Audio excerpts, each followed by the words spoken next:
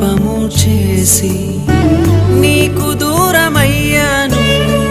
నన్ను గన్న ప్రేమను విడిచి నేను వెళ్ళాను పాపము చేసి.